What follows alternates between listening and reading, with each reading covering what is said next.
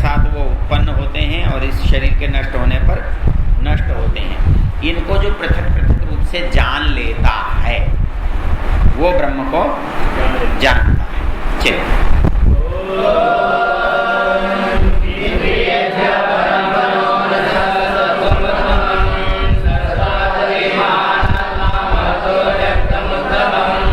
ये लगभग उसी से मिलता जुलता मंत्र है। किससे?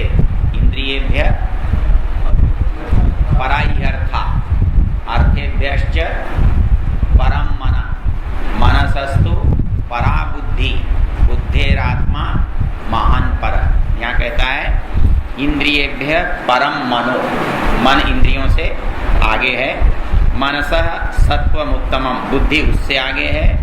सत्व से महत है, महत से अव्यक्त है। ये बिल्कुल शब्दावली भिन्न है, बात उसी तरह की।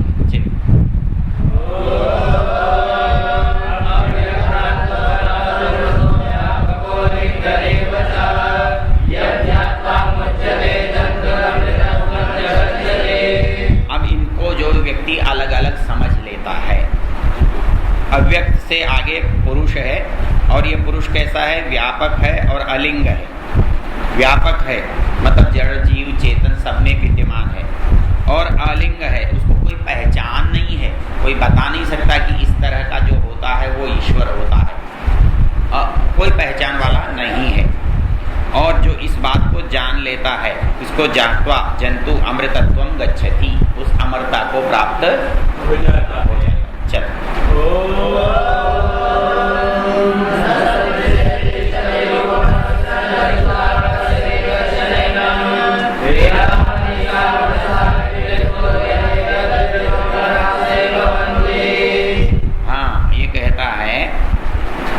आंखों से वो दिखाई नहीं देता। न संदृशे तिष्ठति रूपमस्य, उसका रूप आंखों में नहीं ठहरता। न चक्षुषा पश्यति कश्चिदयिन, कोई उसे आंखों से देख भी नहीं सकता।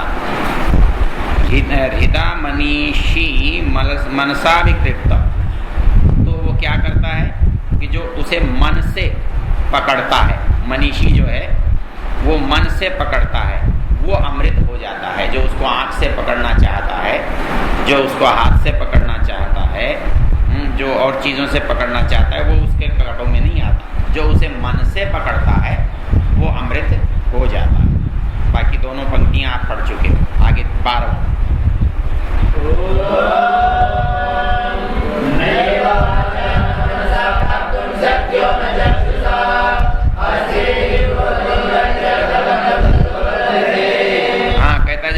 से नहीं मिल सकता, वो आँख से भी नहीं मिल सकता, और फिर कहते हो है, वह है।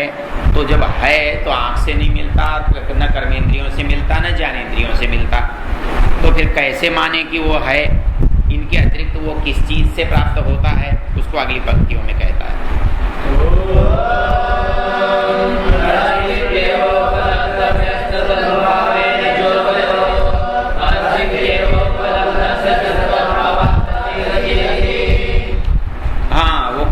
कि उसको जानने का क्या तरीका है? बोले और कोई भी तरीका नहीं है, वो है वो नहीं है, इन दोनों में विचार करो। विचार करके देखो कि क्या बात ठीक लगती है बात ठीक लगती है कि नहीं है बात ठीक लगती है। नहीं है ऐसा मानकर देखने पर आपको लगेगा कि ये दुनिया कैसे चल रही है, इसमें नियम कहाँ से बने हैं, इसमें क्रम कैसे आया है। फिर आपको लगेगा नहीं है मानने से बात नहीं बनेगी, फिर है ऐसा मानना पड़ेगा। तो वो कहता है कि जानने का एक ही तरीका है और नहीं है, इसका विवेचन कर लो, और विवेचन में जब निष्कर्ष पर पहुंचोगे तब आपको पता लग जाएगा कि वो है ये।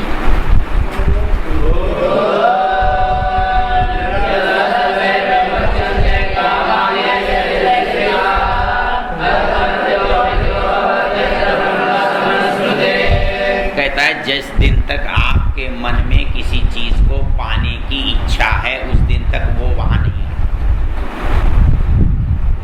जब तक कामनाएं मन में हैं तो ठीक है, आप कामनाओं को इकट्ठा करो, कामनाओं की पूर्ति करो। वो कब आता है? बोले जब कामनाएं समाप्त हो जाते हैं।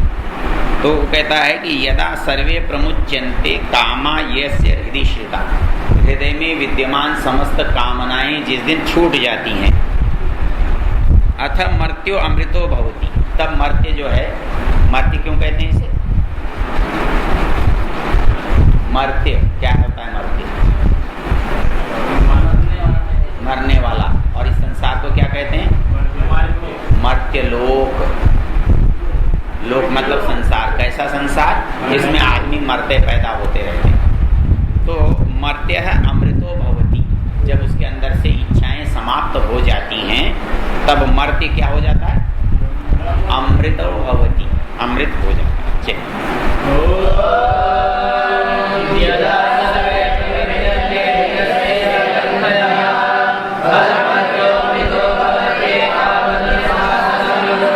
कहता है इतना सा ही ज्ञान है बस। क्या? यदा सर्वे प्रभिद्यन्ते हृदय से, जब हृदय की गांठें खुल जाती हैं। भाई गांठ बंधी रहती है तो पता नहीं लगता ना क्या है क्या नहीं है, और जब गांठ खुल गई तो साफ हो जाता है। कहता है यदा सर्वे प्रभिद्यन्ते हृदय से ग्रंथया, हृदय की ग्रंथियां जब खुल जाती हैं तदा मर्त्यो अमृतो भवति, तब ये मनुष्य जो है क्या हो जाता है? अमृत हो जाता है। एतद्धेवानुशासनम, बस यही शास्त्र का सार है, यही शास्त्र की मूल बात है कि जब आपकी गांठें खुल जाएं तो आप स्पष्ट हो जाते हो, आपको सब दिखाई देने लगता है। इसका मिला जुला एक पंक्ति और है, कहाँ पर है बोलो? विद्यते विद्यते हृदय ग्रंथि छिद्यन्ते सर्व संशया क्षीयन्ते चास्य कर्माणि तस्मिन् दृष्टे परावरे। जब परमेश्वर को कोई देख लेता है, आत्मा को जान लेता है, तब क्या होता है? विद्यते हृदय ग्रंथि, हृदय की गांठें खुल जाती। छिद्यन्ते सर्व संशया, मिट जाते।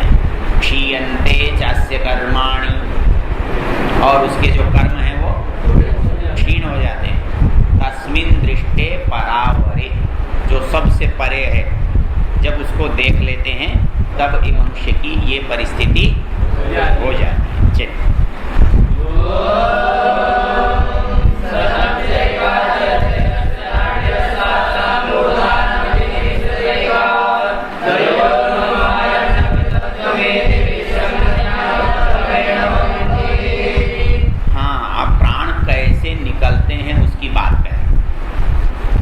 मनुष्य के जो प्राण निकलते हैं तो आप देखोगे किसी की आँख से, किसी के नाक से, किसी के नीचे से, किसी का ऐसे अलग अलग प्राण निकलते हैं। तो कहता है कि जो मुक्त आत्मा है उनके प्राण कैसे निकलते हैं?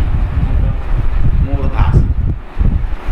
ये कहता है शतम चैका हृदयस्य नाट्य, हृदय की 100 नाड़ियाँ, तासाम मूर्धानम अभिनिश्रितैका, उनमें एक मूर्धा हो जाती है। तयोर्ध्वम आयन अमृतत्वमेति, जो व्यक्ति अमरता को प्राप्त करता है उसकी गति कैसी होती है? ऊर्ध्व गति होती है। ऐसे व्यक्ति के प्राण उस कौन सी नाड़ी से निकलते हैं? वो मूर्धा की जो नाड़ी है उससे निकलते हैं। विश्वंग अन्य उत्क्रमणे भवन्ति, जो दूसरी नाड़ियां हैं वो दूसरे परिस्थितियों में जब संसार में विचरण करता है तो शरीर से आत्मा अन्य अन्य मार्गों से निकलती है।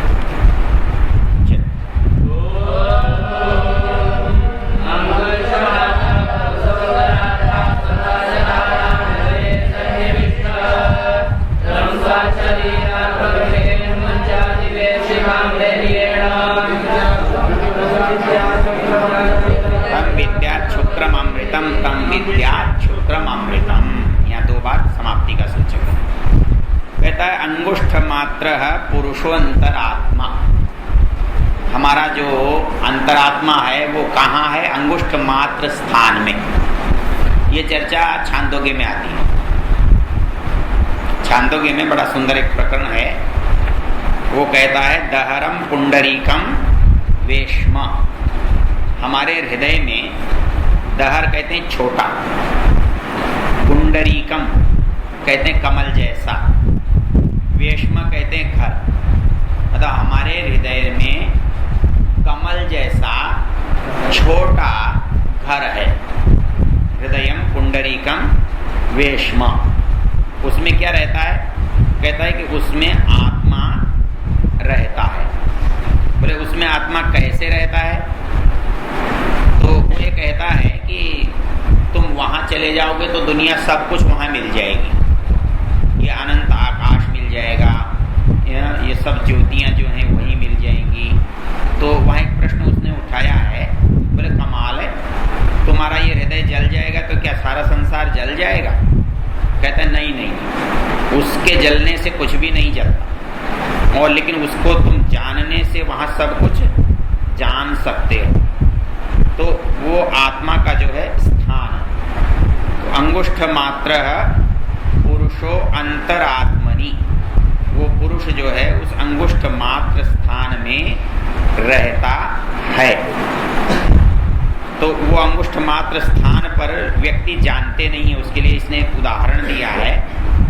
जैसे किसी के खेत में बहुत सारा सोना गड़ा हुआ हो और एक किसान वर्षों से उस पर खेती करता हो, तो उसे पता लगता है कि नीचे सोना है। तो बोले वैसे ही हम इस शरीर में उस ब्रह्म के रहते विचरण कर रहे हैं, लेकिन हमें नहीं पता कि हमारे अंदर वो कोई गहरी निधि जो है वो व्याप्त है। देखो इसकी शब्दावली बड़ी अच्छी है, 604 पृष्ठ पर है सत्यव्रज वाली किताब, और ये छांदोग्य उपनिषद का 8वां प्रपाठक है, पहला खंड है। कहता है कि भूमा वही सुखम नाल पे सुखम, परमेश्वर का एक नाम है भूमा। क्या नाम है? भूमा। भूमा का अर्थ क्या होता है? बहुत। और बाकी जितने लोग हैं उनके पास क्या है? थोड़ा थोड़ा। किसके पास थोड़ा धन है, किसी के पास थोड़ा ज्ञान है, किसी के पास थोड़ी बुद्धि है, किसी के पास थोड़ा बल है। परमेश्वर के पास क्या है? बल, बुद्धि, ज्ञान, धन सब कितना है? अनंत है। इसलिए परमेश्वर क्या है? भूमा। भूमा वही सुखम नाल पे सुखम अस्ति। इसलिए संसार में सुखी कौन है? जिसके पास भूमा है, ज्यादा है। और ज्यादा वाले को और ज्यादा दिखाई देता है तो उसका ज्यादा थोड़ा हो जाता है, इसलिए वो सुखी नहीं होता। तो कहता है कि फिर कहाँ सुख मिलता है? बोले उसके पास जाके, क्योंकि सबसे ज्यादा उसी के पास। तो भूमा वही सुखम, वही सुख का कारण है। न अल्पे सुखम अस्ति, जहाँ भी थोड़ा महसूस होगा वहाँ सुख नहीं होगा, जहाँ अभाव होगा वहाँ सुख नहीं होगा। तो ये कहता है यदिदम अस्मिन् ब्रह्मपुरे दहरम पुंडरीकम वेश्म, ये जो हमारा जो शरीर है ना, इसमें कैसा है? ये शरीर है ब्रह्म की नगरी, ब्रह्मपुरम। शरीर क्या है? इसको कहीं और भी कहा था ना, कौन से मंत्र से? अष्टाचक्रा या देवानां पूरयोध्या, आगे तस्याम हिरण्मयः कोशः स्वर ज्योतिषावृतः। कहता है कि 8 चक्र और 9 द्वारों वाला ये जो अयोध्यापुरी है, इसके अंदर कमल रूप स्थान में वो जीवात्मा रहता है। तो यहाँ कह रहा है यदिदम अस्मिन् ब्रह्मपुरे दहरम पुंडरीकम वेश्म, ये ब्रह्मपुर जो है शरीर, इसमें दहर मतलब छोटा सा, कमल जैसा, पुंडरीकम कहते हैं कमल, कमल जैसा जो हृदय रूपी मंदिर है, उसमें एक छोटा सा आकाश है, एक छोटा सा कहता है वो जो आकाश है ये बाहर के आकाश से भी बड़ा है। अंदर का जो छोटा सा आकाश है वो इस बाहर के आकाश से भी बड़ा है। वहां उसको खोजो, वहां उसको देखो, वहां उसको जानो। तो ये कहता है वहां उसे जानना चाहिए। तस्मिस् तत् अन्वेष्टव्यम तद्वाव विजिज्ञासितव्यम, वहां उसको खोजना चाहिए, वहां उसको जानना चाहिए। इतस्मिन् ब्रह्मपुरे दहरम पुंडरीकम अस्मिन अंकाश तदेतद अन्वेष्टव्यम। कहता है कि उसमें क्या है, वहाँ तो कुछ भी नहीं है, वहाँ उसको कैसे ढूंढेंगे? कहता नहीं, बोले वहाँ जब तुम उसको ढूंढने जाओगे तो जितनी बड़ी दुनिया बाहर है उससे बड़ी दुनिया वहाँ पर है। वह बड़ा है, उसमें द्युलोक है, पृथ्वीलोक है, आकाश है, सूर्य है, चंद्र है, विद्युत है, नक्षत्र है, भूत है, पूरा ब्रह्मांड है। अर्थात वहाँ जब परमेश्वर को साक्षात करोगे तो परमेश्वर जितना बड़ा है वहाँ वो सारा का सारा साक्षात होगा। तो जगह कितनी भी छोटी हो लेकिन उस बड़े साक्षात्कार में सब कुछ आपको बड़ा दिखाई देता है। कोई कहे कि ये तो मर जाएगा तो क्या वो सब नष्ट हो जाएगा? कहता नहीं, ऐसा बिल्कुल नहीं होगा। ये शरीर जीर्ण हो जाए, मर जाए, बूढ़ा हो जाए, समाप्त हो जाए, लेकिन वो समाप्त नहीं होता है। कहता है कि वो सदा नित्य रहने वाला होता है, क्योंकि उसमें भूख नहीं, प्यास नहीं, गर्मी नहीं, सर्दी नहीं, ऐसा ऐसा सब होता है। तो ये कहता है कि उसे प्राप्त कर सकते हो, उसे प्राप्त केवल इसलिए नहीं कर पाते हो कि जैसे जमीन में गड़े हुए धन को आप नहीं जान पाते, उसी तरह अपने अंदर विद्यमान परमात्मा को भी नहीं देख पाते। ये लंबा प्रकरण है, इसको छोड़ देते हैं। तो वहाँ पर उसको कहा दहरम पुंडरीकम वेश्म, वेश्म कहते हैं घर को, दहरम छोटा, पुंडरीकम कमल जैसा, वेश्म घर। कहता है अंगुष्ठ मात्र पुरुषो अंतरात्मा। कहता है वो पुरुष जो है आत्मा के अंदर है, क्योंकि वो अंतरात्मा है। अंतर कहते हैं भीतर, आत्मा के भीतर आत्मा है, आत्मा के भीतर कौन है? परमात्मा है। तो अंगुष्ठ मात्र पुरुषो अंतरात्मा सदा जनानाम हृदये सन्निविष्ट, वो सदा मनुष्यों के हृदय में बैठा रहता है। तो करना क्या है? कोई उसको निकाल कर लाए, मिलेगा तब जब उसे कोई वहां से निकाल कर लाए। बोले कैसे निकाल कर लाए? तो उसके लिए एक उदाहरण दिया है, जो किसान हैं या गांव वाले हैं वो इस उदाहरण को समझ सकते हैं। स्वाद शरीरात प्रवरेण मुंजा देवे शिकाम धैर्येण। कहता है कि मूंज में से जो दबी हुई सीख है उसे निकालने के लिए बड़ी सावधानी चाहिए। तो वैसे ही इस हृदय में बैठे हुए उसको कोई सावधानी से धैर्य से निकाल ले तो निकाल सकते हैं। क्यों कि चीज़ तो छोटी होती है लेकिन धैर्य के बिना समझ में नहीं आता। अच्छा देखो, यहाँ एक बात याद आई, आपको बताता हूँ। साहित्य वालों का उदाहरण बड़ा प्रसिद्ध है। कौन सा? इससे मिलता जुलता है। बृहद मूंज की लकड़ी को निकालना। एक शब्द है कुशल। क्या गया यार? शब्द क्या है? कुशल का अर्थ क्या होता है?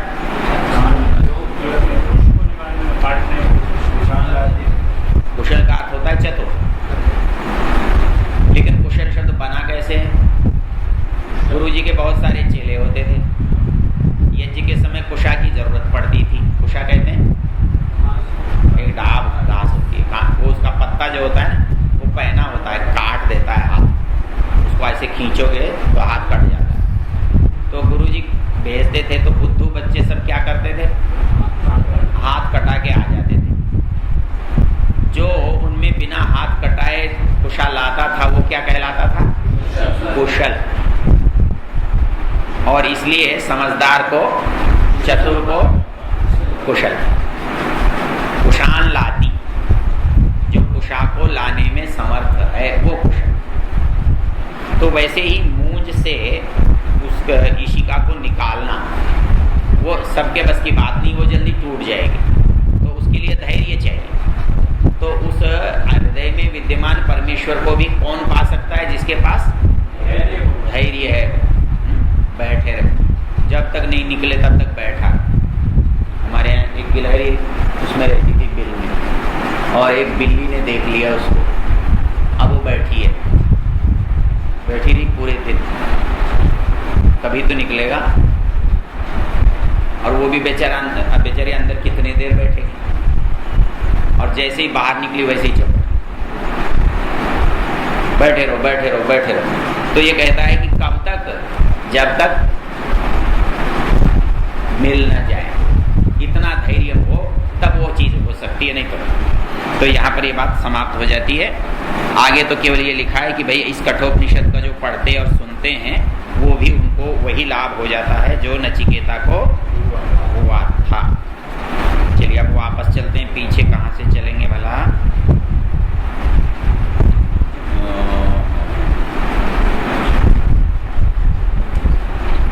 चलो जी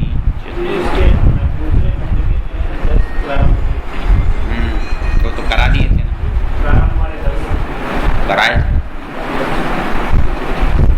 नहीं कराए, देखता हूँ कौन से हैं।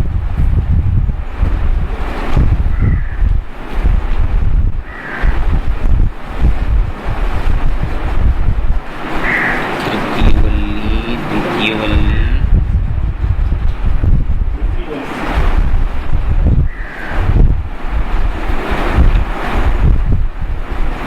चलो पढ़ो, दूसरी वल्ली पढ़ लो। हाँ, अन्य श्रेय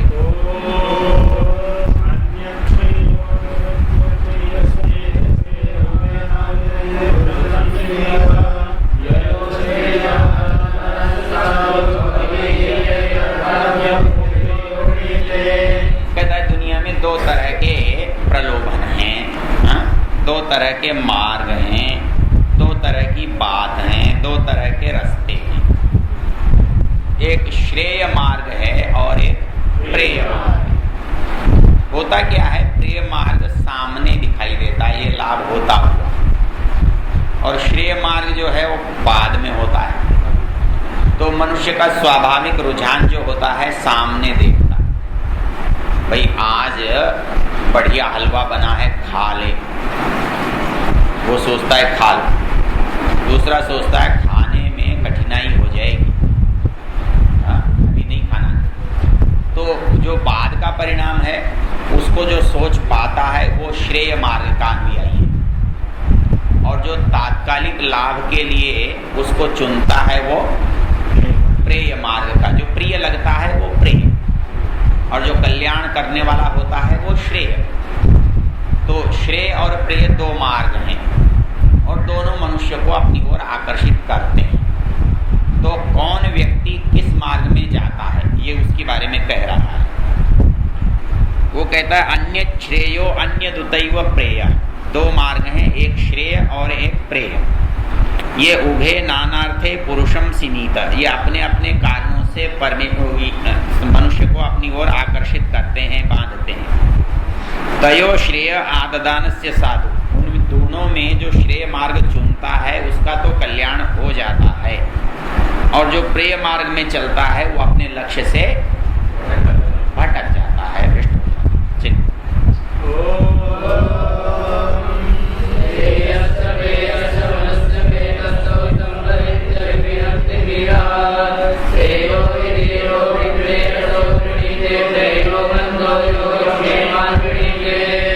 दो शब्द हैं, योग और क्षेम। क्या अर्थ होता है?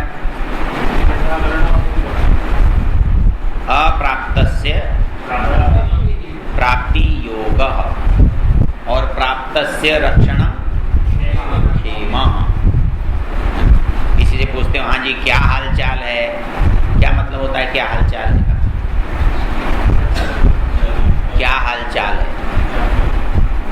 हाल कहते हैं जेब कैसी है, चाल कहते हैं विचार कैसा है।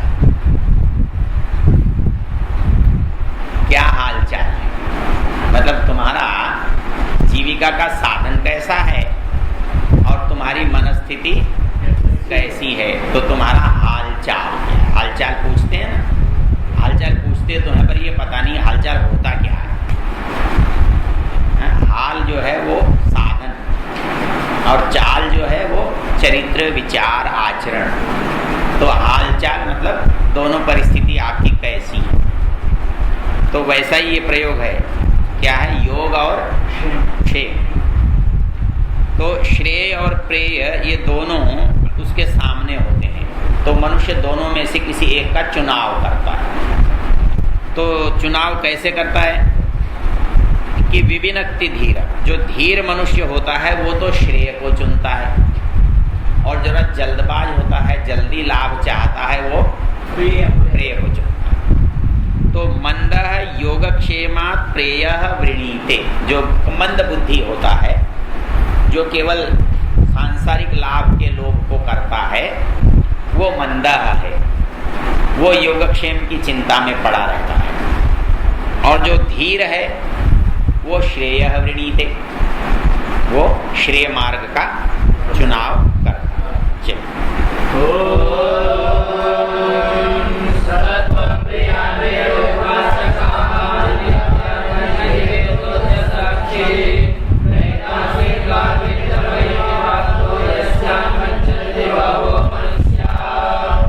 हाँ, बोले नचिकेता तू कमाल का आदमी है। तू कौन सा आदमी है? कैसे क्यों है कमाल का? प्रेय को नहीं चुना,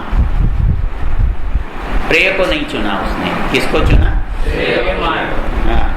स त्वं प्रियान प्रिय रूपांश्च कामान अभिध्यायन नचिकेतो अत्यस्राक्षी। तूने बहुत सोच विचार करके मैंने जितने प्रलोभन तुझे दिए उन सबको तूने अत्यस्राक्षी छोड़ दिया।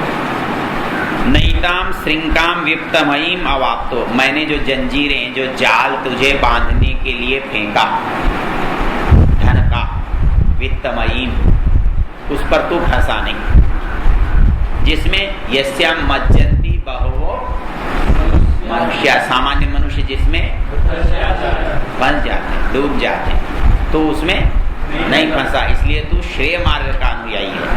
चल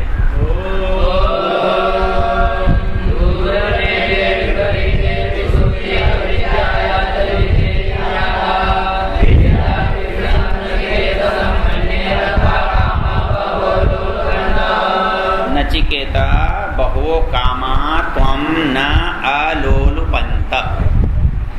नचिकेता तुझे इतनी सारी कामनाएं लुभा नहीं सकी, इतने प्रलोभन तुझे दिए वो तुझे लुभा नहीं सके। क्यों? दूरमेते विपरीते विशुचि, कहता है कि ये दोनों दूर दूर जाने वाली चीजें हैं, श्रेय और प्रेय। ये कैसे जाती हैं? ये विद्या और अविद्या हैं। विद्या विद्यापन पढ़ चुके, तो कहता है विद्या अविद्येति ज्ञाता, और तूने विद्या को चुना और अविद्या को छोड़ा, इसलिए तुझे बहुत सारी जो कामनाएं उनको लालच नहीं आया, उनकी लालच में तू नहीं पड़ा, इसलिए तू श्रेय मार्ग का पथिक है, अनुयायी है।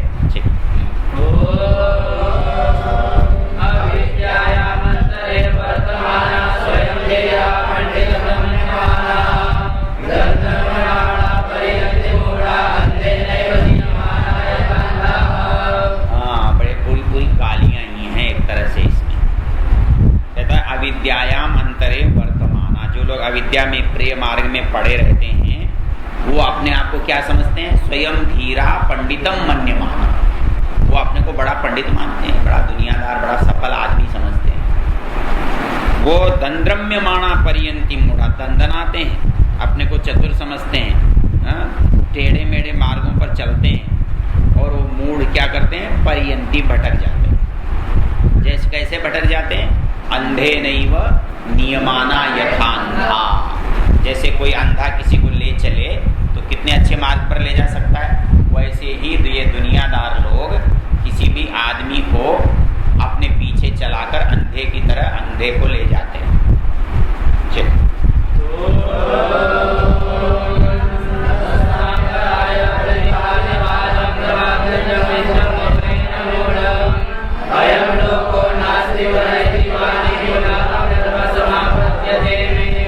हाँ, जो ऐसा आदमी होता है जिसे दुनिया अच्छी लगती है, न सांपराय प्रतिभाति, उसको यम नियम आसन आदि अच्छे नहीं लगते। अहिंसा, सत्य, ब्रह्मचर्य, इनका पालन करना उसे पसंद नहीं आता। यम नियम उसे बिल्कुल ठीक नहीं लगते। वो लोक परलोक के झगड़े में नहीं पड़ना चाहता। तो ऐसा व्यक्ति क्या होता है? कहता है अयमेव लोक, यही दुनिया है, पर नास्ति, दूसरा कोई स्थान लोक नहीं है। पुनः पुनः में वशम आपद्यते, ऐसा सोचने वाला बार बार मेरे चक्कर में आता है। किसके चक्कर में? मृत्यु। चलिए,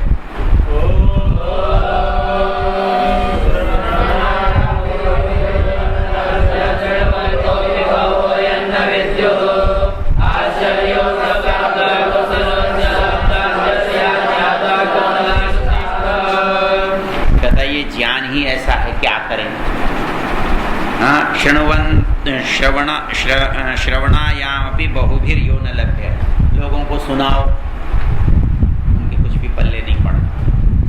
सुन लिया, सुनाने वाला मिल गया, लेकिन सुनकर भी कुछ हाथ में नहीं है। शृण्वन्तो भी बहवो यम न विद्यु, पहले तो सुनने को नहीं मिला, सुनने को मिला तो समझ में नहीं आया। क्यों? आश्चर्यो वक्ता, इसको बताने वाला मुश्किल से कोई होता है। आश्चर्यो लब्धा, फिर उसको पकड़ सके ऐसा उससे भी कोई विरला होता है। आश्चर्यो ज्ञाता, उसको कोई समझने वाला हो, कोई जान जाता है, वो उससे भी कोई विरला होता है। तो ऐसे गुरु को कोई पूछने वाला हो, ऐसा जिज्ञासु भी विरला होता है। तो तू कैसा हुआ? ऐसे विरले लोगों में तेरी गिनती है। चलिए,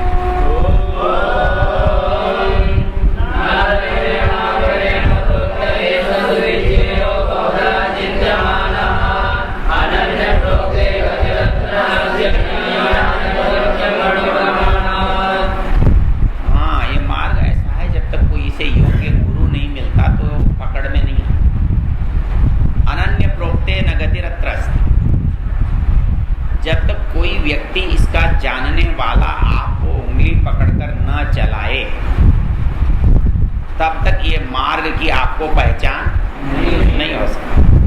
न नरेण अवरेण प्रोक्तो, ऐरा गहरा आदमी इसको बता भी नहीं सकता। सुविज्ञेयो बहुधा चिंत्यमान, बहुत चिंतन करने पर भी बड़ी मुश्किल से समझ में आता है। जब तक इसे कोई अच्छा व्यक्ति न बता दे, तब तक वो समझ में नहीं आता। क्यों? ये अणियान और अतर्क्य, अणुप्रमाणात, ये बहुत सूक्ष्म होने से बहुत कम लोगों की बुद्धि में आ सकता है। चलिए,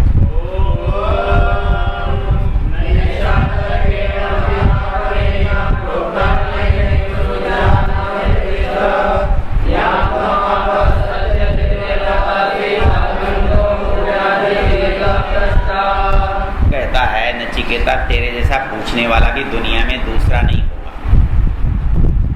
नचिकेता त्वादृंग अन्य न पृष्ठा, तेरे जैसा पूछने वाला कोई दूसरा नहीं है। क्यों? नैषा तर्केण मतिरापनेया, यहाँ आकर तर्क समाप्त हो जाते हैं। अन्येनैव सुज्ञानाय श्रेष्ठ, मतलब भली प्रकार जानने वाला गुरु ही इसे बता सकता है, और उस गुरु को श्रद्धा से सुने समझे, इतना धैर्य किसी में होता नहीं है। इसलिए हे नचिकेता, तेरे जैसा धैर्यशाली कोई संसार में विरला ही होता है। अच्छा, यहाँ एक रोचक बात, नैषा तर्केण मतिरापनीय, क्या मतलब है? नैषा तर्केण मतिरापनीय, वो कहता है कि अध्यात्म में तर्क नहीं चलता। तो हमारे लोग क्या कहते हैं?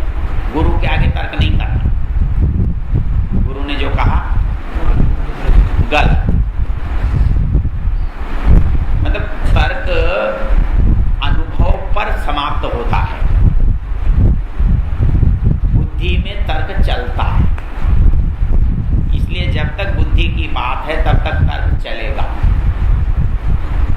अनुभव की बात आएगी तो तर्क समाप्त हो जाएगा, वहां उसकी गति नहीं है। एक, इसलिए बुद्धि की जो बात आदमी करता है वो यूं कहता है जी इसमें आप तर्क मत करो, वो गलत है। दूसरा, निरुक्त का प्रकरण याद है? कौन सा?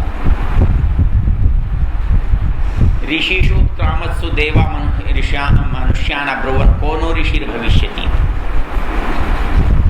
वहाँ निरुक्त में एक सुंदर सा प्रकरण है, वो कहता है प्रकरणशैव मंत्रा निर्वक्तव्या, मंत्रों का व्याख्यान प्रकरण को ध्यान में रखकर करना न तो पृथकत्वेन मंत्रा निर्वक्तव्या, मंत्रों को अलग अलग तोड़ करके मंत्रों का अर्थ नहीं करना चाहिए। वो कहता है जो भूयो विद्या, जिनके पास विद्या नहीं है और तपस्या नहीं है, वो मंत्रों का अर्थ नहीं जान सकते। तो मंत्रों का अर्थ जानने वाला कौन हो सकता होता है? कहता है ऋषय, ऋषि। अंदृशेर न प्रत्यक्षम अस्ति, मंत्रों का में जो ऋषि नहीं है, जो अतपसोवा, जो तपस्वी नहीं है, जिन्होंने श्रम नहीं किया है, वो मंत्रों को नहीं समझ सकते। न प्रत्यक्षम अस्ति अंदृशेर तपसोवा, जो तपस्वी नहीं है, जो ऋषि बुद्धि नहीं रखता है, उसे मंत्रों का अर्थ नहीं पता लगता। कहता है कि ऋषिषु उत्क्रामसु मनुष्य देवान अब्रुवन कोनो ऋषिर भविष्यति। ऋषि कहते हैं जो दूरदृष्टि वाला व्यक्ति होता है, जिसको विषय स्पष्ट होता है। तो उन्होंने कहा कि ऋषियों का लोप होने लगा। तो मनुष्यों ने देवताओं से पूछा कि अब हमारे पास ऋषि नहीं रहे तो मंत्रों का अर्थ कौन बताएगा? ऋषिषु उत्क्रामसु देवा मनुष्यान अब्रुवन, मनुष्य देवान अब्रुवन कोनो ऋषि भविष्यति। अब हमारा कौन बताने वाला होगा? ते तर्कम ऋषिम प्रायच्छ, उन्होंने तर्क नाम के ऋषि को दी। अब ये तर्क जो है वो ऋषि है।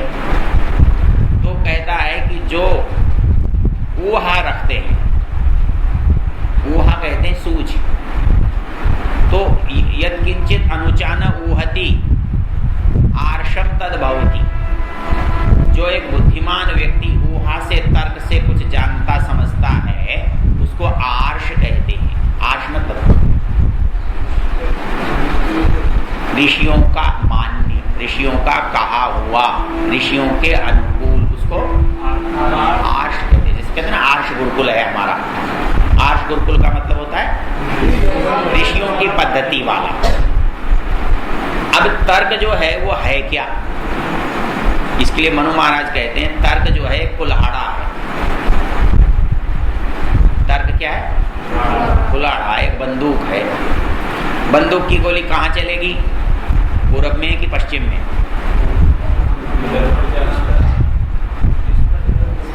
पूर्व, पश्चिम, उत्तर, दक्षिण, कहीं भी चलेगी।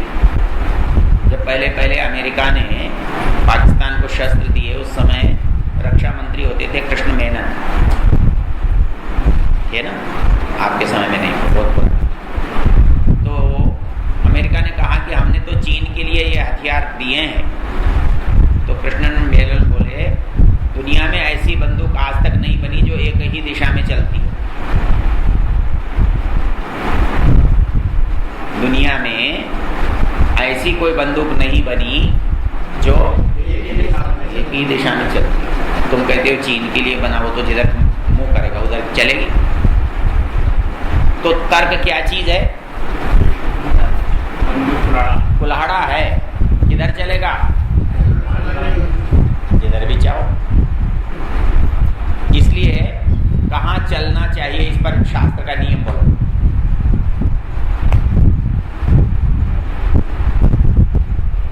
आर्षम धर्मोपदेशंच वेद शास्त्रा विरोधिना यस्तर्केणानुसंधत्ते स धर्मं वेद नेतरः।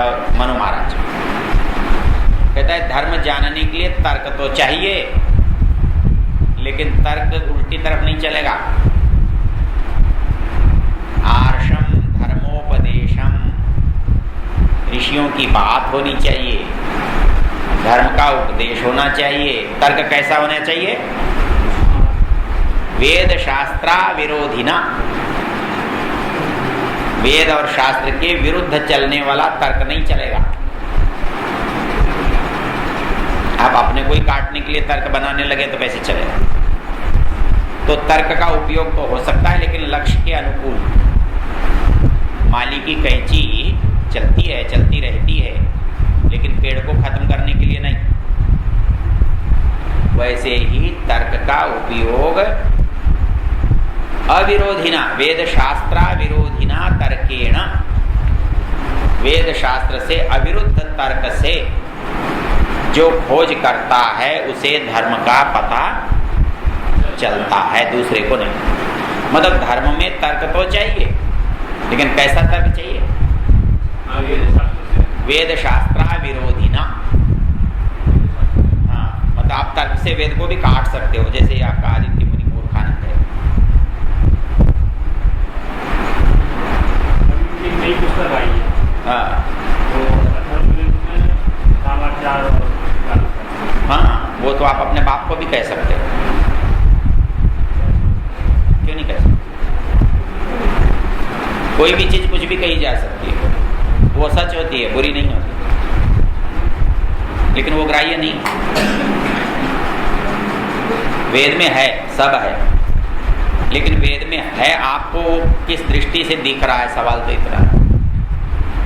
ये लोग तो बहुत उसके 30 मार्का समझते हैं, पर मेरा कहना क्या रहता है, जो आदमी विषय नहीं जानता, जो आदमी व्याकरण नहीं पढ़ा, जिसने वेद वेदांग पढ़े नहीं, वो वेद के बारे में बात करे तो महामूर्ख है। उसके लिए हमारे यहाँ एक पंक्ति है, विभेद्यल्पश्रुताद् वेदो माम अयं प्रहरिष्यति। अनपढ़ से वेद डरता है, बोले तेरी ऐसी तैसी कहेगा। उनमें से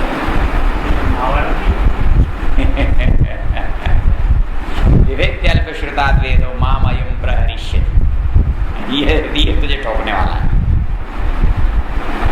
तो इसलिए मनु महाराज कहते हैं अविरोधिना वेद शास्त्रा विरोधिना तर्केण। ठीक, तो ये कहता है नैषा तर्केण मतिरापनेया।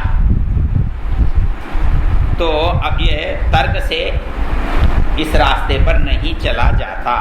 क्यों? कहता है प्रोक्ता अन्य नहीं, वो कोई जो बताता है उस पर उसका विश्वास करना होता है, क्योंकि वो अनुभव की चीज है, उसे कोई समझा नहीं सकता शब्दों में।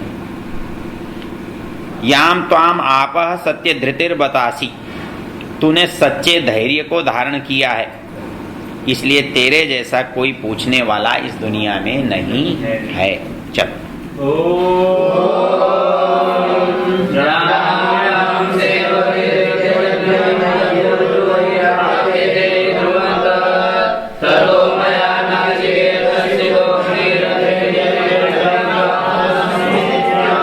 ये कल बता दिया था। क्या बताया था? कल ये बता दिया था, जाना में हम शेवधीरित्य नित्यम। खजाने जो हैं वो कैसे हैं? अनित्य हैं। अनित्य से नित्य को नहीं पाया, लेकिन मैंने क्या किया है? अनित्य द्रव्य प्राप्तवान अस्मि नित्यम। मैंने ऐसी विद्या खोज की है कि अनित्य द्रव्यों से नित्य को प्राप्त, वो स्वर्ग अग्नि है। चलिए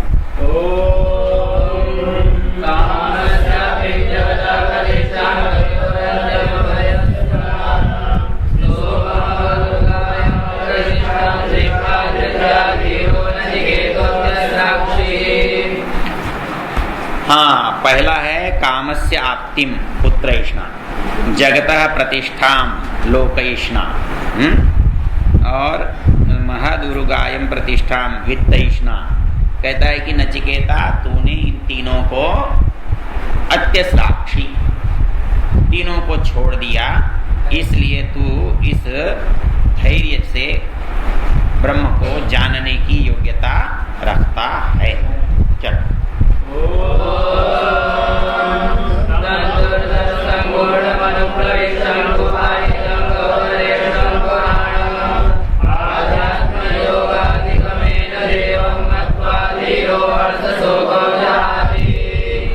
हाँ, तम दूरदर्शम, जो बड़ी कठिनता से दिखता है, गूढ़म, जो गहरा है, अनुप्रविष्टम, बहुत दूर गया हुआ है, गुहाहितम, गुहा में विराजमान है, गौवरेष्ठम, पुराणम, जो पुराना है, उसको कैसे जान सकते हो? अध्यात्म योगाधिगमेन, आत्मज्ञान से, योग में गति करने से। हर्ष शोक को छोड़ करके उसको जान सकता है। चलिए हो गए ना।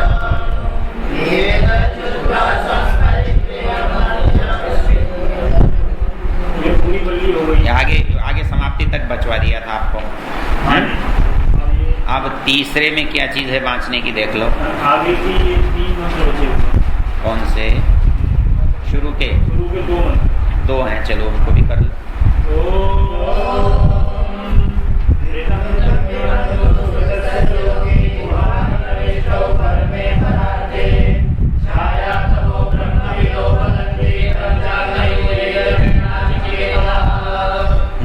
ये जो नाचिकेत है इसको पंचाग्नि विद्या भी कहते हैं। पंचाग्नि विद्या मतलब पंचमहायज्ञ जो है उसके इनको करने वाले, और 3 नाचिकेत अग्नियों को करने वाले। तो ये कहता है ऋतम पिबंतौ सुकृतस्य लोके, यथार्थ ज्ञान को पीते हैं, प्राप्त करते हैं और पुण्य कर्म करते हुए बुद्धि में उस हृदय प्रदेश में उस ज्ञान को भली प्रकार जानते हैं। छाया तपो ब्रह्म, छाया और आतप के समान उस परमेश्वर को पहचानते हैं जो इस नाचिकेत अग्नि का चयन करते हैं। आगे तो बता ही दिया था। चलो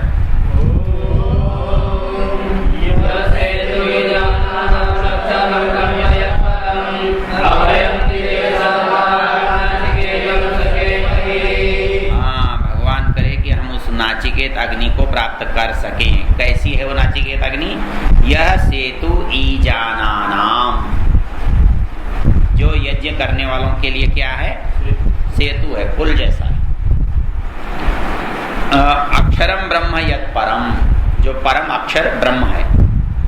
अभयम तितीर्षिताम पारम, जो पार करने की इच्छा वाले हैं वो निर्भय रूप से उनको बनाने वाला है। ऐसे नाचिकेत अग्नि को शके मही हम प्राप्त कर पावे। ये बाकी हो गया था सारा। चलो और क्या बचा था? तिष्ठत जागृत भी हो गया था, परांची खानी भी हो गया था। ये तद वही तत् है, बाकी तो सारा।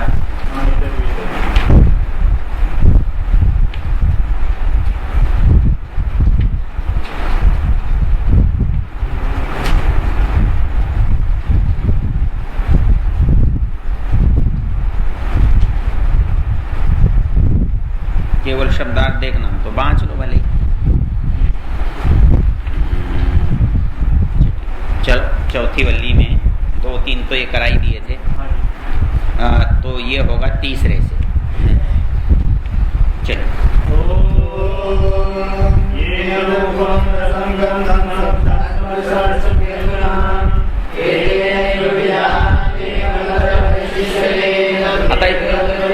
एतत् वही तत्। भाई आत्मा कौन है? मतलब आत्मा को कैसे पहचानोगे? एक उदाहरण मैंने आपको दिया था, भाई ये हलवा मीठा लगता है, कि ये शब्द सुंदर लगता है, कि ये रूप अच्छा लगता है। यदि ये आंखों को लगता होता तो मुर्दे को भी लगना चाहिए। तो वो ये कहता है कि इन सब के नहीं रहने पर जो परिस्थिति बनती है तो वो है जिसके होने पर ये सब था, और जिसके न होने पर ये सब नहीं रहता। एतद वही तत्, वो चलिए।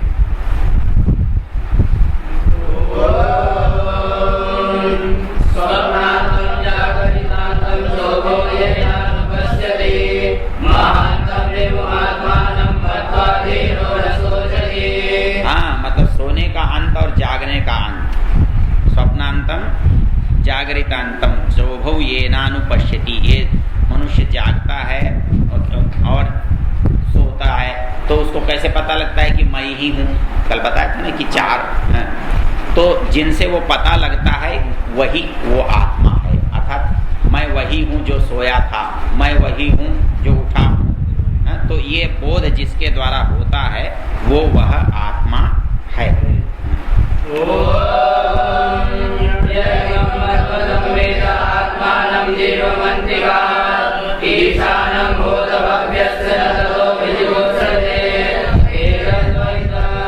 एतद वही तत्, वो कौन है?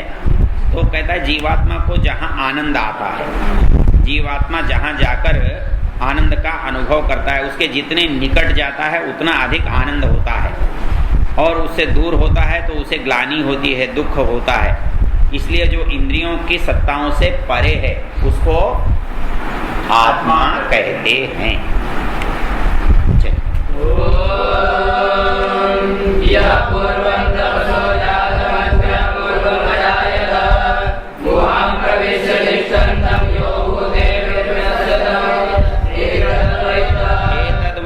अरे भाई, जो इस दुनिया से पहले था, यह पूर्वम तपसो जातम, इस सारे संसार के निर्माण से पहले जो स्वयं निर्मित था, गुहाम प्रविश्य तिष्ठन्तम, जो अपने अंदर छिपा हुआ है और जिसको विद्वान लोग जानते हैं या जिसको महाभूत प्रकाशित करते हैं, एतद् वै तत्, वह आत्मा वह है।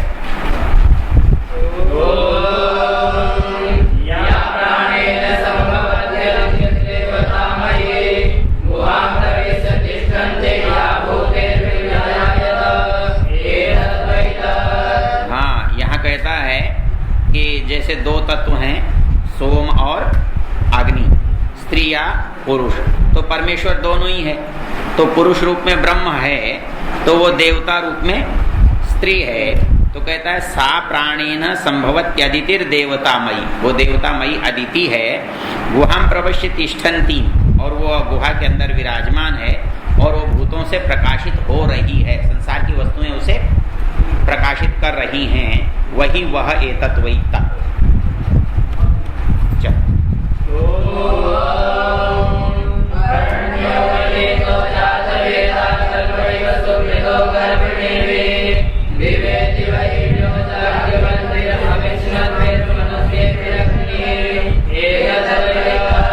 वह है, कौन है?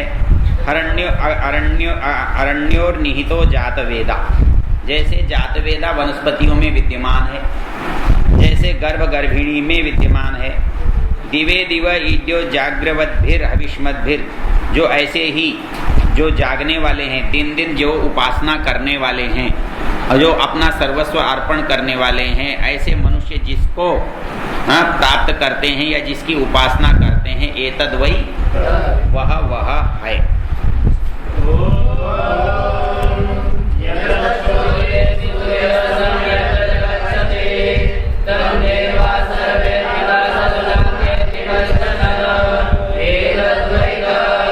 भाई, सूर्य जिससे प्रकट हो रहा है, सूर्य जहाँ जाकर समाप्त हो रहा है, सारे देव जिसमें समर्पित हैं, जिसकी आज्ञा का कोई उल्लंघन नहीं कर सकता, एतद् वै तत्, वह है।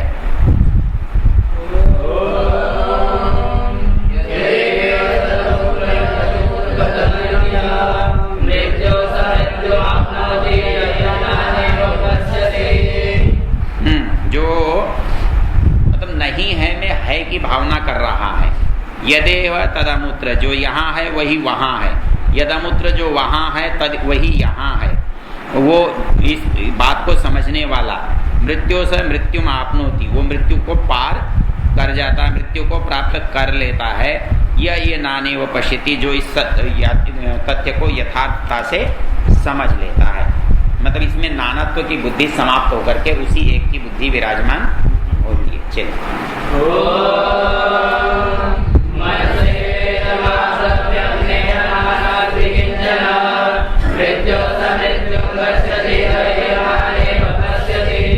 हाँ, मन से ही वेदम आप्तव्यम, उसे मन से ही प्राप्त किया जा सकता है। यह नानास्ति किंचन, मतलब अनेकता में उसका बोध नहीं होता, उसमें अनेकता में जो उसके अंदर एकत्व की भावना है वो उसको प्राप्त कराती है। मृत्यु स मृत्युम आपनोति, मृत्यु से वह मृत्यु को प्राप्त हो जाता है, सर्वनाश हो जाता है। जो नाना भाव उसमें करता है, अर्थात उसको अनेक अनुभव करता है, वो नष्ट हो जाता है। जो सब में एक को देखता है वह जीवित रहता है।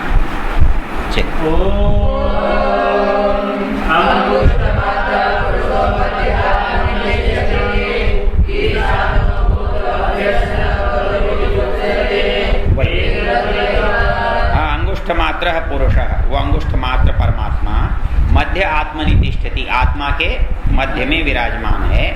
भूत भव्य से ईशाना, जो वर्तमान और भविष्य का स्वामी है, न ततो विजुगुप्सते, जो इस बात को जान लेता है वह किसी प्रकार की घृणा नहीं करता। ये तत्वई तत्व वह है।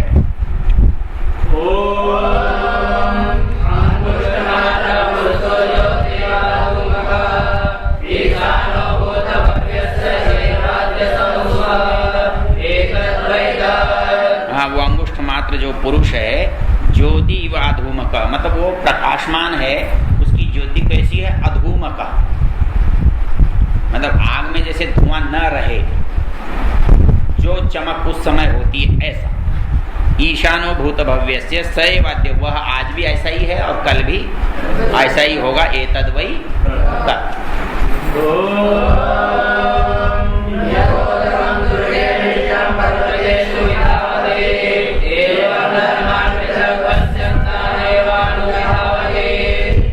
कहता है कि जैसे बारिश पड़ी पहाड़ में, तो पानी कुछ इधर दौड़ता है, कुछ इधर दौड़ता है, कुछ इस नाले में, कुछ उस नाले में, कुछ उस स्रोत में, कुछ झरने में, कहीं कहीं। तो कहता है ये नानात्व केवल दर्शन में है, जल तो सारा एक ही है। यथोदकम दुर्गे दृष्टम पर्वतेषु विधावती, उसी तरह उस व्यक्ति को जो संसार में उसको देखता है अलग अलग रूपों में, वो अलग अलग न होकर मूल रूप से जल के समान एक ही होता है। वो जो है वो वास्तविकता को जानने वाला होता है।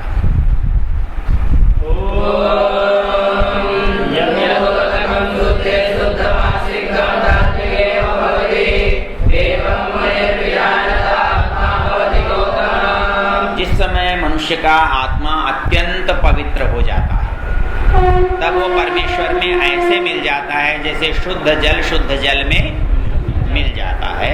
यथोदकम शुद्धे शुद्धम आसिक्तम तात्रिक एव भवति, जैसे शुद्ध जल में शुद्ध जल मिला देते हैं तो वह जल शुद्ध ही बना रहता है। एवं मुनिर्विजानत, जो आदमी अपने को जान लेता है उसका आत्मा भी परमात्मा में पवित्रता से एक रूप हो जाता है। बस हो गया या?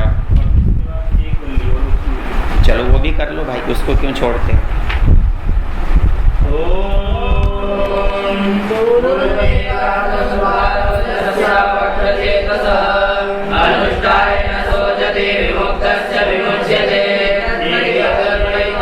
सारा कुल मिला के ये तद्वई था, ऐसा ऐसा जहां होता है वहां वह है। तो पुरम एकादश द्वार, एक पुरी है जिसके 11 द्वार। अजस्य, उसमें रहने वाला कौन है? अज है, अजन्मा है। अवक्र चेतस, जब वो निष्पाप हो जाता है तो अनुष्ठाय न शोचति, तो वो पुण्य कर्मों को करके कभी दुखी नहीं होता है। और विमुक्तश्च, शरीर छूटने पर मुक्ति को प्राप्त कर लेता है। ए तद्वई तत्, वह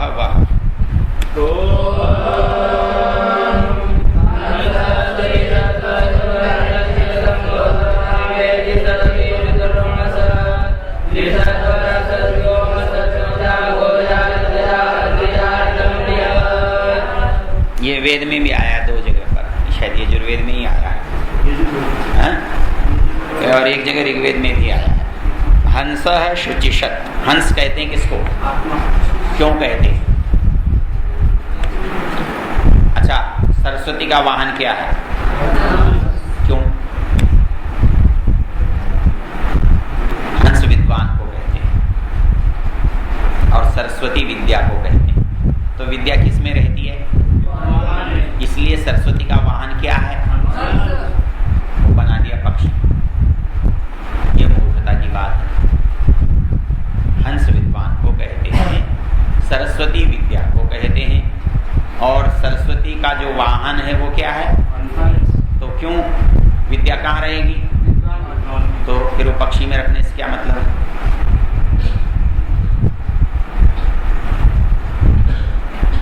परमहंस कहते हैं, परमहंस परिव्राजकाचार्य। क्या स्वामी जी महाराज लिखते हैं ना, श्रीमद परमहंस परिव्राजकाचार्य श्रीमद स्वामी विरजानंद स्वामी नाम शिष्येण श्रीमद दयानंद सरस्वती स्वामिना विरचिते सत्यार्थ प्रकाश भाषा विभूषिते विद्या समुल्लास पूर्ति आगात। तो हंस, अच्छा साधुओं के साथ एक और विशेषण लगता है। एक तो हंस लगता है, परमहंस मतलब अत्यंत विद्वान परमहंस। 108 क्या होता है?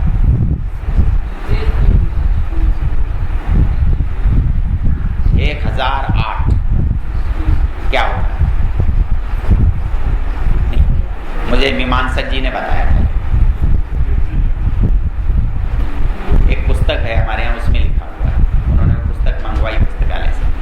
देखो, श्री शब्द है और जब 108 लिखा जाता है तो श्री श्री 108 लिखा जाता है।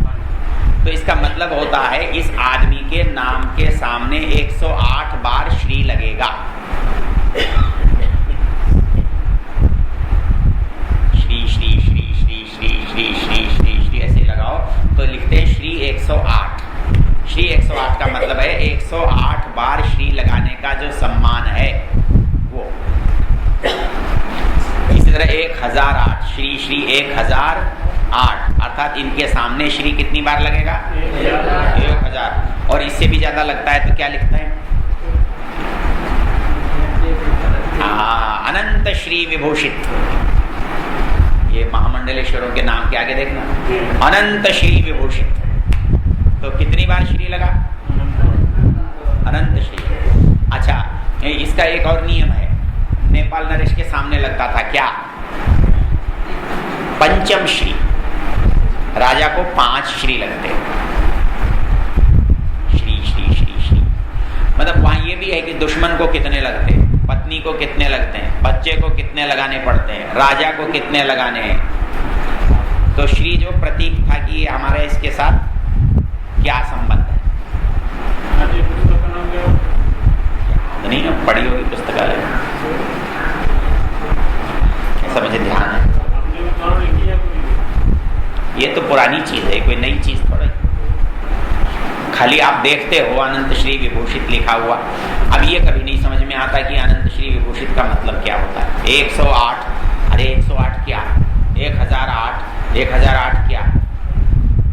श्री श्री 1008 क्या भाई? श्री श्री 1008 तो इनका सम्मान कितना था? चलो, तो ये कहता है पुरम एकादश द्वारम अजस्यावक्र चेतस। हो गया। हंस शुचिशत।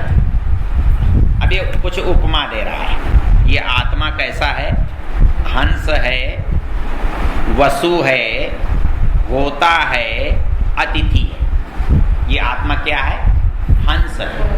तो हंस कैसा रहता है? शुचिशत, पवित्र स्थानों में रहता है। हंस कहाँ रहता है? पवित्र। इस पर एक सुंदर सा श्लोक है, याद करो तो चले गए। गंगम तीरमपि त्यजन्ति मलिनं ते राजहंसा वयम्। गंगा तीर भी यदि मलिन हो जाए तो हम उसको भी छोड़ देने वाले राजहंस हैं। गंगम तीरमपि त्यजन्ति मलिनं ते राजहंसा वयम्। एक और बड़ा सुंदर श्लोक है। क्रुद्धो लूक नख प्रपात विगलत पक्षा अपि स्वाश्रयम् येनोच्छन्ति पुरीश पुष्ट वपुष ते केचिदन्ये द्विजा। गांगम तीरमपि त्यलन्ति मलिनं तेर। इसमें एक लाइन फिर रहेगी। क्रुद्धो लूक नख प्रपात विगलत पक्षा अपि स्वाश्रयम् येनोच्छन्ति पुरीश पुष्ट वपुष ते केचिदन्ये द्विजा। ये तु स्वर्गतरंगिणी विसलता लेशेण संवर्धिता। गांगम तीरमपि त्यजन्ति मलिनं ते राजहंसा वयम्। कहता है हम वो नहीं है। कौन? क्रुद्धो लूक नख प्रपात विगलत पक्षा अपि स्वाश्रय। मतलब उल्लू ने कौवों के पंख उखाड़ दिए। क्रुद्धो लूक नख प्रपात विगलत पक्षा, वो फिर भी अपना घर छोड़कर तैयार राजी नहीं है। वो अपना घर नहीं छोड़ते। हम वो नहीं है। वो ऐसे उल्लू से पंख उखाड़े गए कौवे नहीं है। क्रुद्धो लूक नख प्रपात विगलत पक्षा अपि स्वाश्रय। ये नोच्छन्ति पुरीश पुष्ट वपुषस्ते क्वेचिदन्ये द्विजा। कहता है ऐरी गैरी चीज़ों से मोटे होने वाले, जीवन यापन करने वाले, गंदी चीज़ों को रखने वाले हम नहीं हैं। तो हम कौन हैं? स्वर्ग तरंगिणी वसलता लेशेण संवर्धिता। स्वर्ग में जो गंगा बहती है, उस गंगा में जो कमल पैदा होता है, उस कमल के नाल में जो मृणाल होता है, उस मृणाल से तो हम बड़े हुए हैं। स्वर्ग तरंगिणी विसलता लेशेण संवर्धिता गंगम तीरमपि त्यजन्ति मलिनम ते राजहंसा वयम्। हम तो गंगा का तीर भी मैला हो तो छोड़कर चल देते। जगन्नाथ की होगी, पता नहीं किसकी है। पंक्ति अच्छी लगी थी, कभी याद की थी, विद्यार्थी था तब। वृद्धो लोकनख प्रपात विगलत पक्षा अपि स्वाश्रयम् ये नोच्छन्ति पुरीश पुष्टवपुषस्ते केचिदन्ये द्विजा। स्वर्ग तरंगिणी विसलता लेशेण संवर्धिता गंगम तीरमपि त्यजन्ति मलिनम ते राजहंसा वयम्। तो कहता है हंस जो है वो क्या है? पवित्रता का प्रतीक। हंस शुचिशत, ये जीवात्मा हंस है। क्यों? ये पवित्र स्थान में रहता है। ये वसु है। वसु वास का कारण। क्यों है वसु? कहता अंतरिक्ष सत, हृदय आकाश में रहता है। हंस शुचिशत, हंस है पवित्र रहने वाला। वसु है हृदय आकाश में रहने वाला। फिर क्या है? होता, होता है ज्ञानाग्नि में हवन करने वाला। होता वेदिशत, अतिथि है। हाँ, किसी भी चीज को अपनी मानकर नहीं बैठता है। अतिथि किसी के घर में आता है तो क्या कहता है? ये मेरा घर है, ये मेरा कमरा है। वे अतिथि दुरोण सत।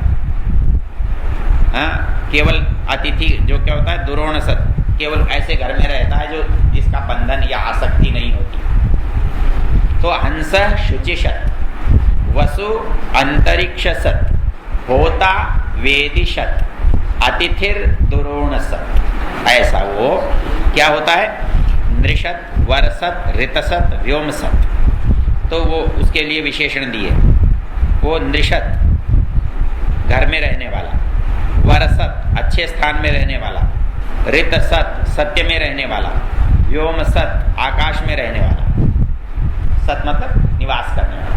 तो व्योमसत, ऋतसत, वरसत और अबजा, गोजा, ऋतजा, अद्रिजम बृहत।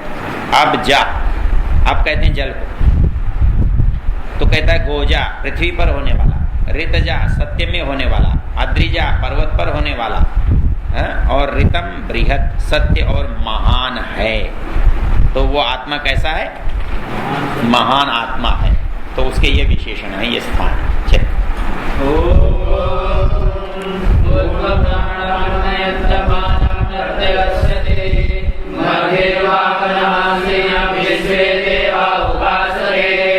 हाँ, विश्वे देवा उपासते, सारी इंद्रियां उसकी उपासना करती है, वो बीच में रहता है। तो ऊर्ध्वम प्राणमुन्नयति, प्राण को ऊपर ले जाता है। अपानम प्रत्यगस्यति, अपान को नीचे की ओर फेंकता है। मध्य वामनम आसीनम, मध्य प्रदेश में सुंदर स्थान में विराजमान रहता है। और देवता लोग जिसकी उपासना करते हैं वो जो है वो क्या है? आत्मा है, वो जीवात्मा है। चलिए,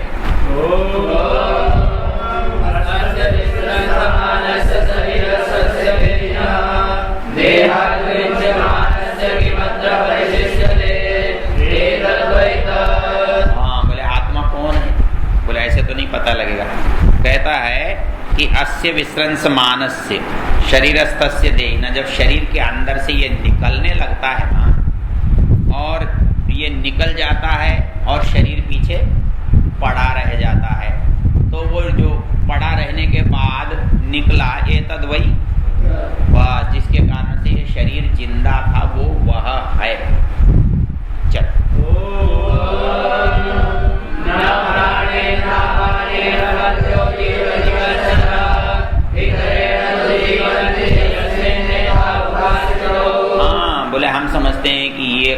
भोजन से जिंदा है, ये दवाई से जिंदा है, ये प्राणों से जिंदा है, ये श्वास प्रश्वास से जिंदा है। अरे बोले ये सब कोई जिंदा रहने के कारण नहीं, उसके रहने से ये रहते हैं, वो नहीं रहता तो ये कुछ भी नहीं रहता है। तो कहता है न प्राणे न, कोई प्राण से नहीं जिंदा रहता, न अपाने न, कोई अपान से जिंदा नहीं रहता, इतरेण तो जीवंती, उस आत्मा से जिंदा रहते हैं जिसमें ये प्राण अपान रहते हैं। प्राण अपानों का जो स्थान है उसके कारण शरीर में जीवन रहता है, इनके कारण जीवन नहीं रहता।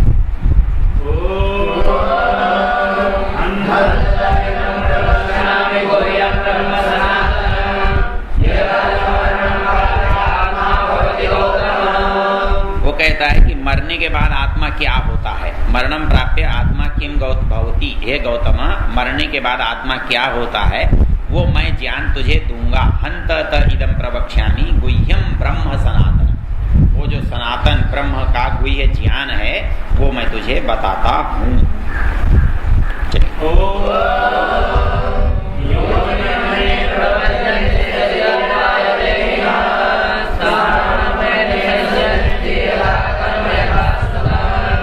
कहता है योनि मन्ये प्रपद्यन्ते शरीरत्वाय देहिन, जब मनुष्य मर जाता है तो उनका आत्मा भिन्न भिन्न योनियों में अपने कर्म के अनुसार जाता है।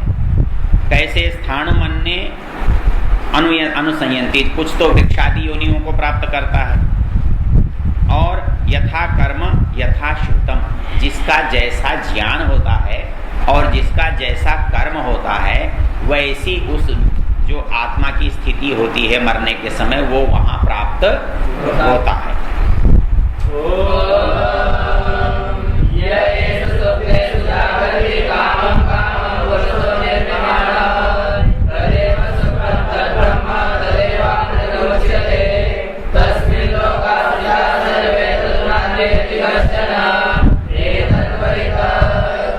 अच्छा, इसमें सारे झगड़े में एक चीज आपको मुश्किल पड़ती है, कब बात परमात्मा की होती है और कब आत्मा की, पता नहीं चलता तो बड़ा गड़बड़ लगता है। अभी तो कह रहा था वो सब जगह रहता है, अब कहता है वो शरीर से निकलता है, ये नहीं पता कि आत्मा की बात चल रही है कि परमात्मा की। तो अब देखो ये क्या कह रहा है, यह एष सुप्तेषु जागृति, जब सारी दुनिया सोती है तो वो क्या करता है, जागता है। कामम कामम पुरुषो निर्मिमाण, सारे समय में बनाता ही रहता है, संसार को बनाता ही रहता है। तदेव शुक्रम तद ब्रह्म, जो इस सारे संसार को हर समय बनाने में लगा हुआ है वही ब्रह्म है, वही शुक्र है, वही अमृत है। तस्मिन लोकाश्रिता सर्वे, सारे लोग उसमें आश्रित हैं, वो किसी के भी आश्रित नहीं है।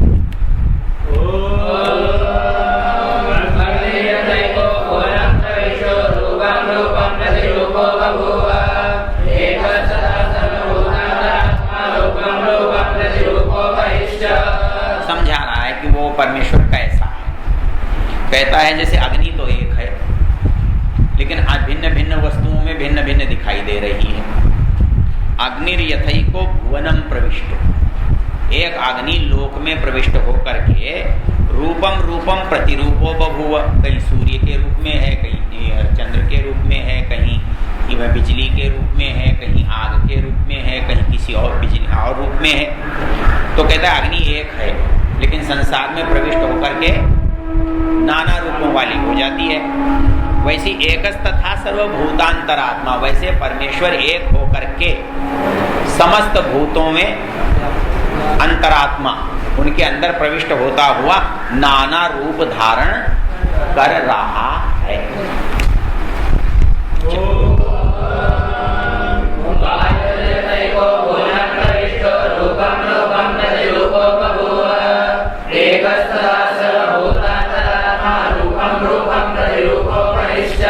जैसे अग्नि से समझाया था वैसे वायु से समझा रहा है। वायुर यथैको भुवनम प्रविष्टो, वायु जो है सारी क्रिया किससे हो रही है, वायु से होती है। तो एक वायु इस संसार में प्रविष्ट हुआ नाना रूपों में दिखाई देता है, वैसे ही वह परमात्मा इन सब आत्माओं में वस्तुओं में प्रविष्ट हुआ भिन्न भिन्न रूपों में दिखाई देता है।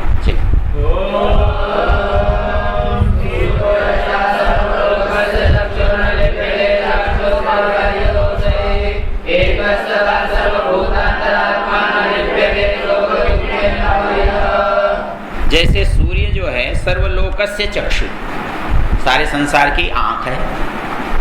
न लिप्यते चाक्षुषैर बाह्य दोषै, हमारी मलिनताएं उसको मलिन नहीं करती, हमारे रोग उसे तकलीफ नहीं देते। उसी तरह परमात्मा हमारे अंदर रहता हुआ हमारे दोषों से कभी लिप्त नहीं होता। इसमें एक रोचक बात सुनाता हूँ। यहाँ आपके ब्रह्म कुमारी वाले रहते हैं, उन मूर्खों का कोई दर्शन ही नहीं है। अब तो वो शिवजी विवजी की कथा ज़्यादा करने लगे। हिंदू क्या है, बहुत सारे संप्रदाय हैं वो केवल हिंदू धर्म के बिगाड़ने का काम करते हैं, उनको कुछ आता जाता नहीं, वो ईसाई विसाइयों के पैसे से काम करते हैं। तो एक गुरुकुल रेवली के स्नातक हैं, उन्होंने सोनीपत में एक शास्त्रार्थ रखा ब्रह्म कुमारियों से। उन्होंने मुझे बुला लिया, मैं शास्त्रार्थ वास्ता तो क्या करता, बातचीत उनसे हुई मेरी। तो पता है क्या कहते हैं, बोले जी भगवान सर्वव्यापक नहीं हो सकता। क्यों नहीं हो सकता? क्यों नहीं हो सकता? बोले भगवान सर्वव्यापक नहीं हो सकता।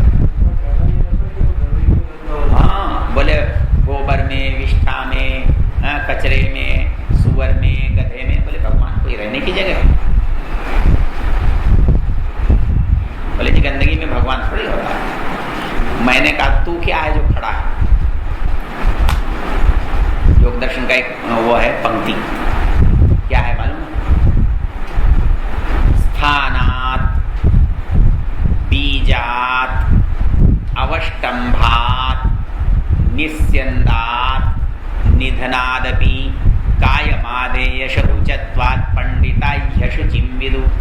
जिस शरीर को हम बहुत अच्छा समझ रहे हैं, बहुत अच्छा, ये मरने के बाद आप इसको छूते हैं क्या? तब इसमें भगवान रह सकता है ना, तब उसमें नहीं रह सकता। मैंने कहा भले आदमी, तू सिवाय जिसको तू गंदगी कहता है, तेरी रचना क्या है? तो कुत्ता क्या बुरा है?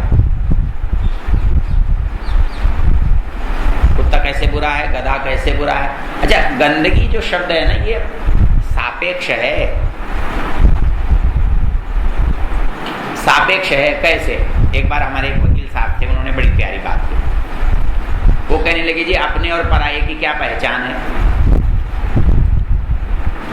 बोले एक माँ आती है, बच्चा पड़ा हुआ है टट्टी में, पेशाब में, गंदगी में, और तुरंत उसे उठा लेती है, पोंछ पांच के गोदी में धर लेती है। और एक औरत आती है, दूसरे का बच्चा है, कुछ गंदा लगता है, कहती है छी छी छी, इसको उठाओ उठाओ उठाओ उठाओ। तो उसको अपना बच्चा तो गंदा नहीं लगा और दूसरा गंदा लगा, तो गंदगी क्या हुई? तो गंदगी जिसे तुम कह रहे हो वो तुम्हारे अंदर है, उसे तो तुम गंदा नहीं कहते। तुम्हारी है उसे गंदा नहीं कहते। अच्छा एक काम करो, देखो एक तौलिया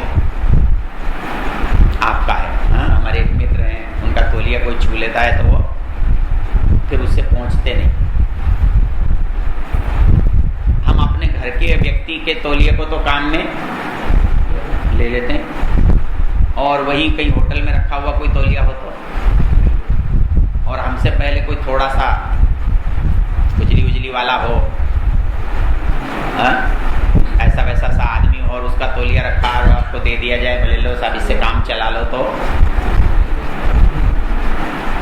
तो ये गंदापन जो है ना, ये सापेक्ष शब्द है वस्तु का। अच्छा यदि गंदा कुछ होता ना तो परमेश्वर सब चीजों को अलग अलग करता, लेकिन परमेश्वर ऐसा तो नहीं करता। परमेश्वर के कामों को देखो तो उसके यहाँ तो कुछ भी गंदा नहीं है और कुछ भी अच्छा नहीं है, सब एक जैसा ही है। वो कहता है स्थानात्, मनुष्य का जन्म कहाँ से हुआ, मनुष्य का जन्म किन से कारणों से हुआ, मनुष्य किन धातुओं से टिका हुआ खड़ा हुआ है, मनुष्य के शरीर से स्राव क्या हो रहे हैं, पसीना निश्चंदा, और मरने के बाद इस बेचारी की सारी पवित्रता का क्या हाल होता है। तो यदि ये सब गंदा है और इसमें ईश्वर रहता है, तो गधे और घोड़े में और कुत्ते में और गाय में और गोबर में रहने में क्या फर्क पड़ता है? अरे गोबर तूने खेत में डाला क्यों? तो वो खाद हुई। तो फिर गेहूं में भगवान नहीं होगा कि खाद में नहीं होगा कि खेत में नहीं होगा? मूर्खता भरी बात है, इनका कुछ अर्थ नहीं होगा। उनको पता ही नहीं भगवान की परिभाषा क्या है, तो परिभाषा के हिसाब से उसका रूप क्या बनेगा। तो ये जो है ना काल्पनिक बातें करते रहते। तो ये कहता है कि सूर्यो यथा सर्वलोकस्य चक्षु न लिप्यते चाक्षुषैर बाह्यतो। जब सूर्य लिप्त नहीं होता, अग्नि लिप्त नहीं होता, तो परमेश्वर कैसे लिप्त हो जाएगा? भाई सूर्य गंदगी पर पड़ा तो क्या सूर्य गंदा हो जाएगा? हो जाएगा। तो परमेश्वर यदि गंदगी से जुड़ा है तो परमेश्वर गंदा हो जाएगा क्या? अग्नि में कुछ भी जलाने पर गंदी से गंदी चीज अग्नि गंदी हो जाती है क्या? अग्नि का तो नाम क्या है? पावक। पावक का मतलब होता है पवित्र करने वाला। अग्नि सदा पवित्र करता। तो इसलिए न लिप्यते चाहिए। इसी तरह परमेश्वर जो है वो किसी भी दोष से लिप्त नहीं होता। चलो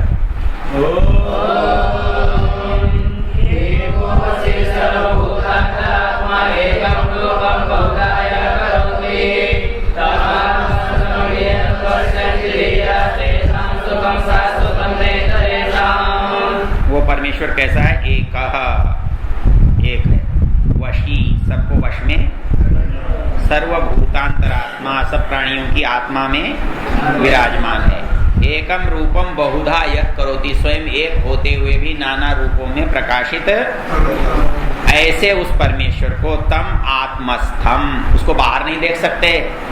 बाहर वो है किंतु बाहर नहीं देख सकते। क्यों नहीं देख सकते भाई? बाहर है तो देख लियो ना। बाहर है कि नहीं परमात्मा? तो देखते क्यों नहीं?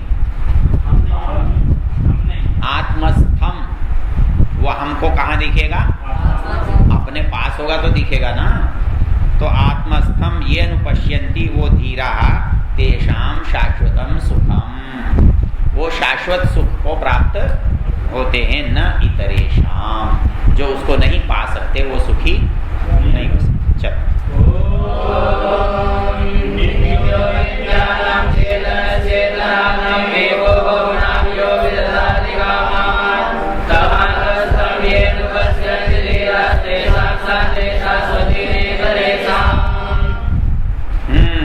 अनित्यानाम नित्य, अनित्य वस्तुओं में रहता हुआ नित्य।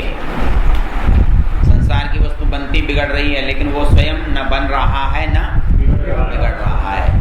नित्यो नित्यानाम चेतनश्चेतनानाम, चेतनों में रहता है लेकिन वो उस चेतन से भिन्न है। अचेतन में भी रहता है लेकिन उसकी चेतनता कभी समाप्त नहीं होती। चेतनश्चेतनानाम, चेतन आत्माओं में भी वो विद्यमान है। एको बहुना, वो है एक लेकिन प्रकट वो बहुतों में। विदधाति कामान, बहुत तरह के कामनाओं को बनाने वाला है। तम आत्मस्थम ये अनुपश्यन्ति धीरा, जो धीर पुरुष आत्मा में विद्यमान उस परमेश्वर को देखते हैं वो क्या होते हैं? तेषाम शांति ही, उन लोगों को सदा शांति प्राप्त होती है। नेतरेषाम, दूसरों को नहीं। चल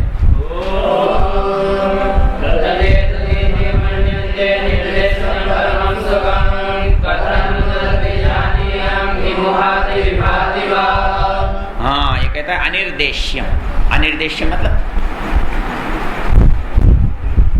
जिसका निर्देश न किया जा सकता, मतलब उसको यूं नहीं बताया। कल मैंने बताया था ना, क्या बताया था?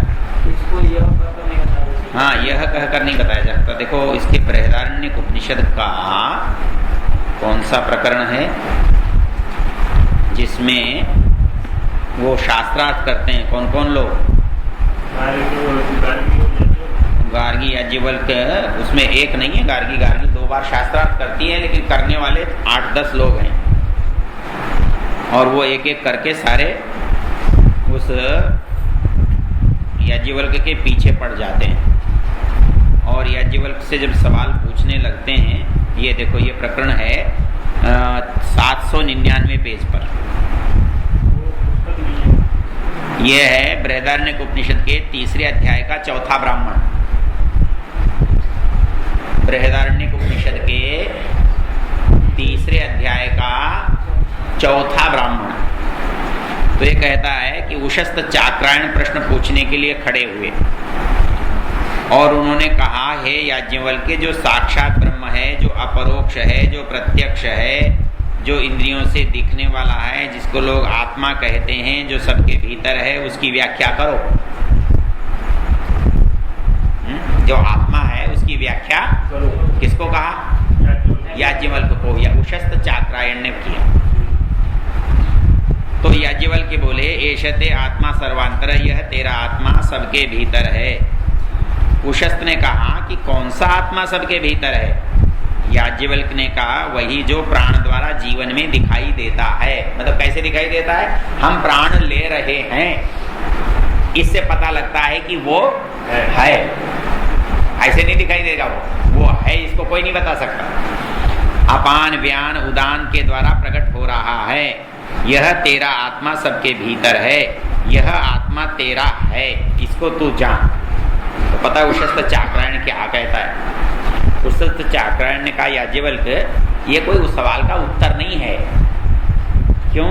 जैसे कोई गऊ और अश्व के विषय में पूछे और उसे गाय तथा घोड़ा न दिखावे और दूध देने वाली को गाय होती है, दौड़ने वाला घोड़ा होता है, यह कहकर टाल दिया जाए, वैसे ही साक्षात प्रत्यक्ष ब्रह्म आत्मा जो सबके भीतर है क्या है, यह पूछने पर तुमने मुझे यह कहकर टाल दिया कि जो सबके भीतर है वो आत्मा है। बोले, तुमने मुझे बताया कहाँ कि आत्मा क्या होता है? तुमने तो यूँ कह दिया जो सबके भीतर है, जो काम कर रहा है वो आत्मा है। तो मैं पूछ रहा हूँ आत्मा है कहाँ, क्या है वो बताओ। तो पता है वो क्या पूछता है? तो वो कहता है, याज्ञवल्क्य, सबके भीतर रहने वाला आत्मा है तो दिखाओ। याज्ञवल्क्य ने कहा, वह तो स्वयं देखने वाला है, उसे कैसे दिखाओगे?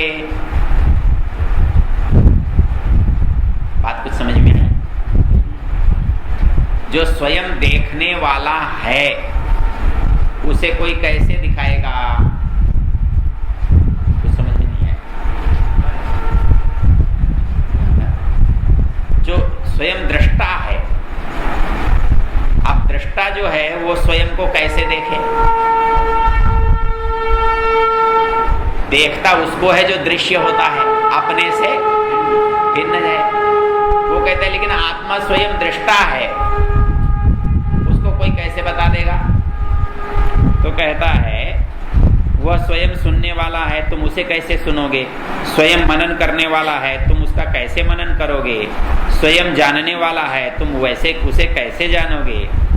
जब तुम पूछते हो दिखाओ आत्मा कहाँ है, तो मैं ये कह सकता हूँ कि आत्मा तो सबके भीतर दिख रहा है, उनके प्राण से, उनके बोलने से, उनके इंद्रियों से। इससे भिन्न कोई उपदेश तो दुख पहुंचाने वाला ही, अतो अन्यत आर्तम। कहता है कि इसके बाद तो कोई ये नहीं बता सकता कि यही है, यही है, यही है। तो ये कहता है, इदम और एतत्, ये जो 2 शब्द हैं, इनसे उसको नहीं समझाया जा सकता। तो ये तो वहां ये भी बात कह रहा है। क्या कह रहा था भला? अनिर्देश्यम, वह परमात्मा कैसा है? निर्देश नहीं किया जा सकता, अनिर्देश। तदेतदिति मन्यन्ते, यह है ऐसा तो बोलते हैं, लेकिन निशान नहीं दे सकते, जिसका बताना नहीं हो सकता। और क्या होता है? परमम सुखम, उसकी अनुभूति हो सकती है। तत् कथम नो विजानीयात् किमु भाति विभाति वा। तो ये कहता है कि मुख क्या प्रकाशित होता है, विशेषकर कैसे दीप्त होता है, इसलिए उसको कैसे बताया जाए, क्यों नहीं बताया जा सकता, इसका उत्तर अगले मंत्र में। चलिए।